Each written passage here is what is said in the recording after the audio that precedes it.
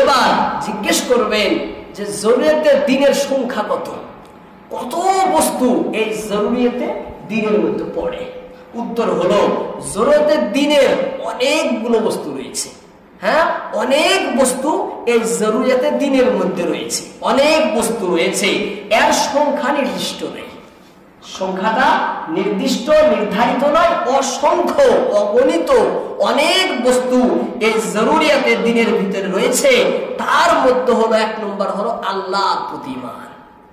ঈমানের ভিতরে সর্বপ্রথম হলো আল্লাহর প্রতি ঈমান, আমলের ভিতরে হলো এক নম্বর হলো নামাজ পড়া। ঈমানের ভিতরে এক নম্বর হলো আল্লাহর প্রতি বিশ্বাস, আর আমলের মধ্যে হইল এক নম্বরে নামাজ কায়েম করা, নামাজ পড়া।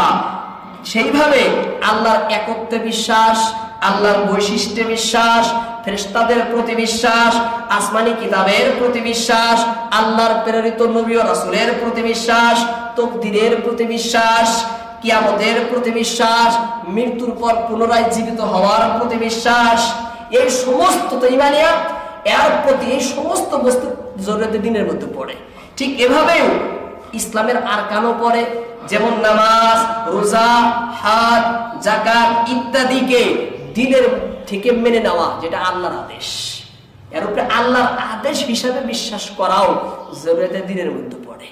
এবং কিছুগুলো বস্তু রয়েছে পাপ, মিথ্যা কথা না বলা, জিনা না করা ইত্যাদি পাপ, এগুলো হচ্ছে পাপ, এর উপরে বিশ্বাস স্থাপন করাও জরুরিয়াতের দিনের মধ্যে থেকে।